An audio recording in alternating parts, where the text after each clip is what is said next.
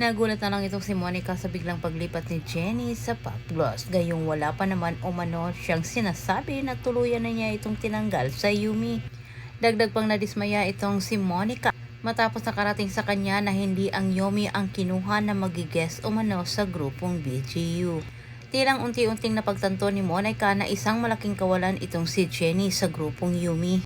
Gustong kausapin ni Monica itong si Vanna para pabalikin umano itong si Jenny sa grupo. Ngunit hinarangan naman ito ni Megan at Dara. Paliwanag ni Dara at Megan, wala na umanong maniniwala kay Jenny dahil marami umanong galit nito.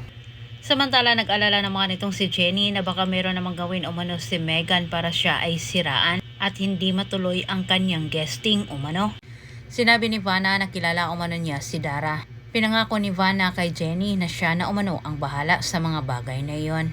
Pinakiusapan ni Megan ang kanyang ina, gawan umano ng paraan para mailipat sa Yumi ang pag-guest sa napaparating na concert sa nasabing grupong BGU. Pinuntahan ni Dara ang manager sa nasabing grupo, ngunit hindi naman niya inasahan na bigla namang sumulpot itong si Freddy, ang tunay na ama ni Megan. Nagulat itong si Dara, hindi niya inasahan ang pangyayaring sa araw na iyon. At higit sa lahat, kinamusta naman ni Freddy itong si Megan. Uwi ka nito, kamusta na umano ang kanilang anak.